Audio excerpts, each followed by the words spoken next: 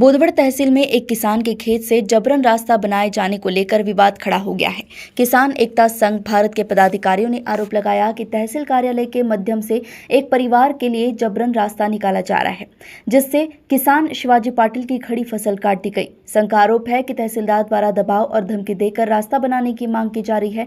किसान एकता संघ ने संबंधित अधिकारियों पर कड़ी कार्रवाई की मांग करते हुए दोषी अधिकारियों को तत्काल निलंबित करने की मांग की है। जलगांव से मनोज सरांसे की रिपोर्ट। आपला परिचय काय भाऊ? पुरुषोत्तम वसंतराव गायकी, राहणार जळगाव जामोद, जिल्हा बुलढाणा, किसान एकता संघ भारत दिल्ली,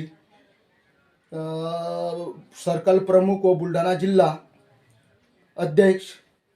आणि आता सध्या या निमखेड जळगाव खान्देश जिल्ह्यामधून बोदवड तहसीलमधून निमखेड गावातून शिवाजी पाटील व यांच्या परिवारावरती जे काही हे रस्त्याचे प्रकरण चालू आहे, हे सर्वत्र अवैध रीतीने चालू आहे व तहसीलदार साहेब अनिल पुरी यांच्या हातापासून चालू होतं। तसेच आता अनिल सपकाळ तहसीलदार साहेब बोदवड व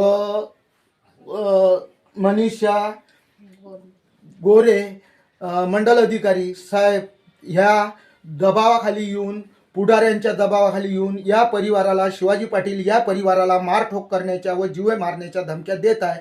तरी किसान एकता संघ भारत राष्ट्रीय अध्यक्ष सोरेनजी प्रधान यांच्या नेतृत्वाखाली सगळ्या तक्रारा पाठवून झालेल्या आहे लेटर पॅडवरती, तरी ते मानत नाही आहे। कोर्टात सुद्धा याच्या औरंगाबादला, बॉम्बेला केसेस चालू आहे भुसावळला, तरी ते मानत नाही आहे।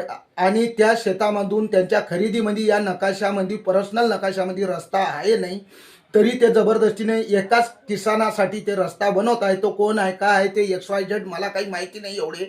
त्याच्यामुळे या अशा अधिकाऱ्यांना ताबडतोब निलंबित करण्यात यावे, नाहीतर किसान एकता संघाच्या वतीने दिल्ली सर्व पदाधिकारी बोदवड येथे तहसीलवरती जमा होऊन आंदोलन छेडण्यात येईल व होणाऱ्या पुढील सर्व विषयात सगळे ते विरोधक व तहसील व प्रशासन, शासन व प्रशासन जिम्मेदार राहील। जय पाटील, राहणार निमखेड, तालुका बोदवड, जिल्हा जळगाव।